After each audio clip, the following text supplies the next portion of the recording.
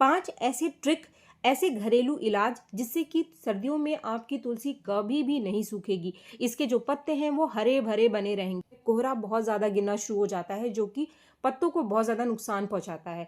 सबसे पहला पॉइंट है जिसका कि आपको ध्यान रखना है वो है पत्तों को सूखने से बचाना है, पत्तों को झड़ने से बचाना है। इसके लिए कोहरे से बचाना बहुत ज़रूरी है।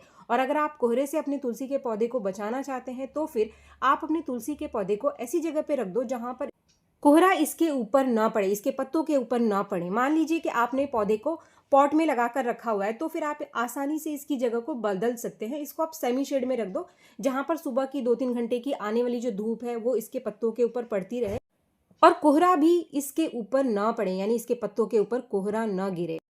अगर आपने आंगन में लगाकर रखा हुआ है अपने पौधे को तो फिर आप इसके ऊपर कोई शेड बना दो या फिर किसी चुन्नी से ढक दो। दूसरा काम जो आपको करना है वो है इसकी मिट्टी में आपको गर्माहट बना करके रखना है। पानी का विशेष रूप से ध्यान रखें, ना तो मिट्टी को बहुत ज़्यादा आप सुखाओ और ना ही मिट्टी को बहुत ज़्यादा गीला रखो। मिट्टी मॉइस्ट रहनी चाहिए, मिट्टी जमनी नहीं चाहिए सर्दियों में। इसके लिए आप समय समय पर मिट्टी की गुड़ाई ज़रूर करते रहिए। इसके साथ ही आज के इस वीडियो में मैं आपको एक ऐसा ट्रिक बता रही हूँ जिससे पौधे की जो मिट्टी है इसके अंदर गर्माहट बनी रहेगी, जड़ों के अंदर गर्माहट बनी रहेगी, तो हमारी तुलसी बहुत ज़्यादा सोने की अवस्था में नहीं जाएगी, इसके पत्ते बहुत ज़्यादा खराब नहीं होंगे। इसके लिए आपको करना क्या है, इसके लिए आप इसकी मल्चिंग कर दो। अब ये मल्चिंग क्या है? मल्चिंग यानी जो तुलसी के मिट्टी की जो ऊपर की परत है इसको आप किसी ऐसी चीज़ से ढक दो जिससे कि मिट्टी के अंदर गर्माहट बनी रहे। इस मल्चिंग को करने के लिए आपको कौन सी चीज़ों की ज़रूरत पड़ेगी? इसके लिए आप धान के छिलके का इस्तेमाल कर सकते हैं। धान का छिलका सबसे बढ़िया तरीका रहेगा, लेकिन अगर आपके पास धान का छिलका नहीं है तो फिर आप जो भूसा होता है, गेहूं का भूसा निकलता है जो कि चारे के लिए इस्तेमाल किया जाता है, उससे भी आप तुलसी के पौधे की मिट्टी की मल्चिंग कर सकते हैं। तो धान के छिलकों से मल्चिंग कुछ इस तरीके से आपको करना है। पहले आप मिट्टी की अच्छे से गुड़ाई कर लो और गुड़ाई करने के बाद आप इस तरीके से ढक दो। भूसे का इस्तेमाल भी आपको इसी तरीके से करना है। अगर आपको कोई खाद देना है, मान लीजिए कि आपने मल्चिंग करी है, तो पानी देने से पहले आप इसकी मिट्टी को चेक ज़रूर करते रहिए। ऐसा नहीं है कि आपने मल्चिंग कर दी, आप बिना चेक किए पानी देते रहें। मिट्टी को मॉइस्ट बना करके रखना है, ना तो बहुत ज़्यादा सुखाना है और ना ही बहुत ज़्यादा गीला रखना है। तो मल्चिंग करने के बाद भी इस चीज़ का आप ध्यान रखो। अगर आपको कोई खाद देना है तो मल्चिंग को थोड़ा सा साइड से हटा करके आप खाद दे दो और उसके बाद फिर से इसको इसी तरीके से ढक दो। मान लीजिए आपके पास धान का छिलका नहीं है या फिर आपके पास भूसा भी नहीं है, तो फिर आप क्या कर सकते हैं, ये जो चीज़ आप देख रहे हैं ये एक बहुत ही आसान सा घरेलू तरीका है मल्चिंग करने का। ये बहुत ही आसानी से आपको सर्दियों में आजकल मिल जाएगी। ये जो चीज़ आप देख रहे हैं ये है मूंगफली के छिलके। मूंगफली के छिलकों को आप मल्चिंग के लिए इस्तेमाल कर सकते हैं। वो कैसे, वो मैं आपको बता रही हूँ। इसके लिए आप मूंगफली के छिलकों को कुछ इस तरीके से कूट लो। कूटना है आपको, मूंगफली के छिलकों को पीसना नहीं है आपको। कूटने के बाद आप इससे अपने पौधों की मल्चिंग कर सकते हैं। बहुत ही बढ़िया तरीका है। मूंगफली के छिलके नाइट्रोजन के बहुत ही बढ़िया सोर्स होते हैं। ये एक फर्टिलाइजर का भी काम करता है, लेकिन यहाँ पर हम इसको मल्चिंग के लिए इस्तेमाल कर रहे हैं। मूंगफली के छिलकों से आप किसी भी पौधे की मल्चिंग कर सकते हैं। आप गर्मियों में गुलाब के पौधों की मल्चिंग भी कर सकते हैं। फ्रेंड्स, ये जो मैंने मूंगफली के छिलके कूट करके तैयार किए हैं इससे मैं अपने पौधों की मल्चिंग करूंगी। लेकिन ये जो 2 पौधे आपको दिखाई दे रहे हैं इसमें मैं सबसे पहले खाद डालूंगी, तो खाद देने के बाद ही मैं इसकी मल्चिंग करूंगी, जो कि आखिर में आपको मैं दिखाऊंगी। लेकिन अभी जो हमारा दूसरा पॉइंट है जिसका आपको ध्यान रखना है तुलसी के पौधे के ऊपर, वो है आपको तुलसी के पौधे में किसी भी तरीके की कोई कटाई छटाई नहीं करनी है। कोई भी पौधा जब अपने ग्रोइंग पीरियड में नहीं होता है, यानी जब सोने की अवस्था में होता है, तो हमको कोशिश करनी चाहिए कि उसके ऊपर किसी भी तरीके का कोई कटाई छटाई ना करें। ऐसे में पौधा जो होता है हमारा और ज़्यादा खराब होने के चांसेस बने रहते हैं। तो यही काम आपको तुलसी के पौधे के ऊपर भी नहीं करना है। अगर आपको ज़रूरी लगे तो आप इसकी मंजरियों को हटाओ, अगर आपको ज़रूरी ना लगे तो मंजरियों को भी आप ना हटाओ। जैसी स्थिति में आपका पौधा बना हुआ है ऐसी स्थिति में ही आप इसको रहने दो। इसके बाद जो तीसरा पॉइंट है वो ये है कि तुलसी के पौधों के ऊपर आप पानी का स्प्रे बार बार सर्दियों में ना करें। यदि कोहरा पड़ता है, पत्तों के ऊपर पानी पड़ा रहता है, सूखता नहीं है, और आप पानी का स्प्रे और कर दोगे तो पत्ते खराब हो जाएंगे आपके। पानी न सूखने की वजह से जो दूसरी समस्या आएगी वो आएगी कीड़े और फंगस लगने की वजह से। पानी जब सूखता नहीं है, पत्तों के ऊपर ही पड़ा रहेगा, तो कीड़े और फंगस बहुत ज़्यादा लग जाएंगे। और वैसे भी जो हमारा पौधा होता है सर्दियों में बहुत ही कमज़ोर स्थिति में होता है। ये कीड़े और फंगस आपके पौधों को खराब कर सकते हैं, इसीलिए पानी का स्प्रे ना करें। अगर आपके पौधों के ऊपर कीड़े या फिर फंगस लगने लग गए हैं, पत्ते मुड़ने लग गए हैं या फिर पत्तों के ऊपर कुछ पाउडर सा जमा दिखाई दे रहा है, तो फिर आपको इसका इलाज कैसे करना है वो भी आज के इसी वीडियो में मैं आपको बताऊंगी। लेकिन इससे पहले हम बात कर लेते हैं खाद की, कि कौन सा खाद हमें हमारे तुलसी के पौधे को दे। तो फ्रेंड्स, आज के इस वीडियो में जो खाद मैं आपको बता रही हूँ बहुत ही आसान सा घरेलू खाद है। इसको देने से आपके पौधे के अंदर स्ट्रेस नहीं बनेगा, पत्ते कम झड़ेंगे और आपकी जो तुलसी के पत्ते हैं वो हरे भरे बने रहेंगे। फ्रेंड्स, इस खाद को मैं 3 चीज़ों को मिलाकर बनाऊंगी जो बहुत ही आसानी से आपको आपके घर के किचन में ही मिल जाएगा। ये जो चीज़ आप देख रहे हो, पहली जो चीज़ आप ये देख रहे हैं, ये है आधा चम्मच कॉफ़ी पाउडर।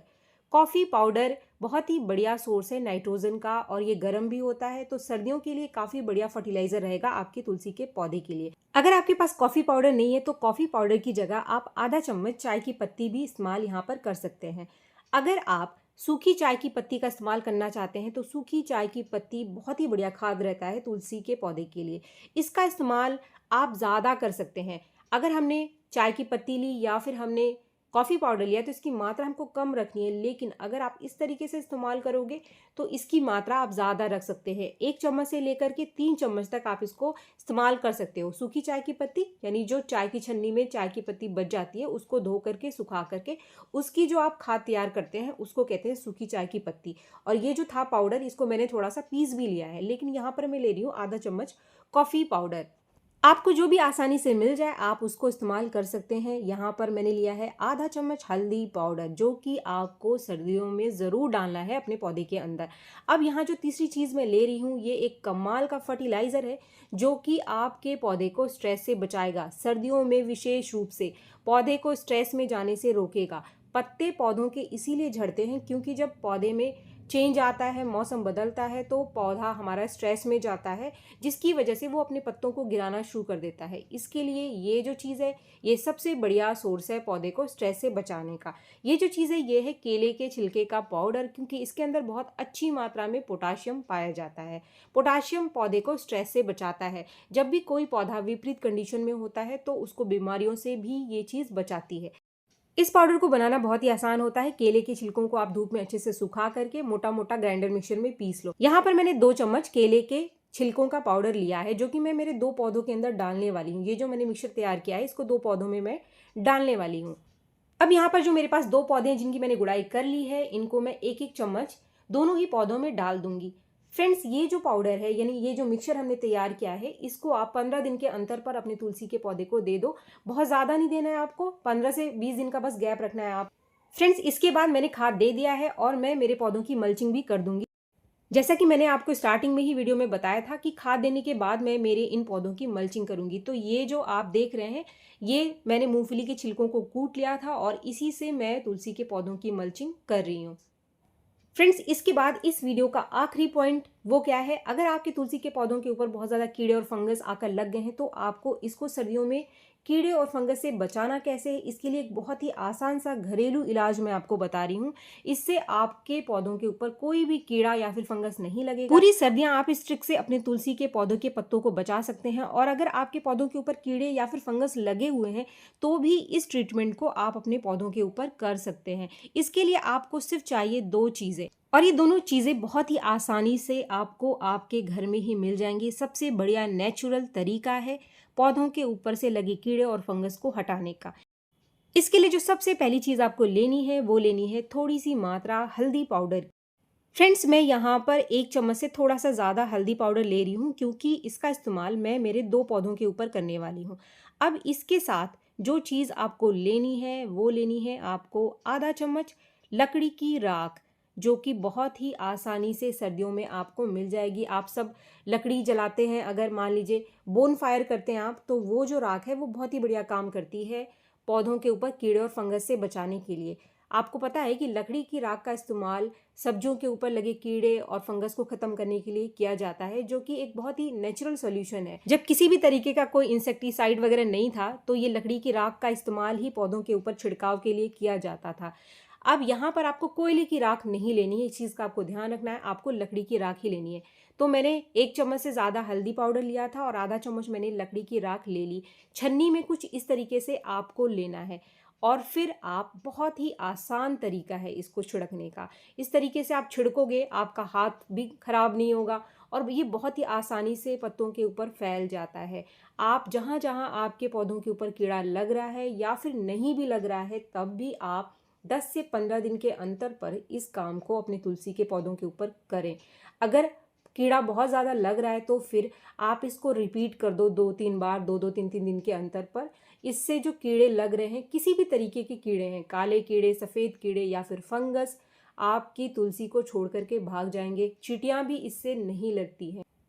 तो फ्रेंड्स, ये जो मैंने आपको 5 पॉइंट बताए हैं, अगर आप इन पाँचों बातों का ध्यान रखोगे तो सर्दी में आपकी तुलसी का एक भी पत्ता खराब नहीं होगा। सर्दी में भी आपकी तुलसी हरी-भरी बनी रहेगी और एक भी कीड़ा नहीं लगेगा। तो उम्मीद है वीडियो आपको पसंद आया होगा। वीडियो अगर आपको पसंद आया तो एक लाइक ज़रूर करें और मेरे चैनल को आपने अब तक सब्सक्राइब नहीं किया है तो मेरे चैनल को सब्सक्राइब भी ज़रूर कर लें। मिलते हैं मेरे नेक्स्ट वीडियो में, तब तक के लिए थैंक यू।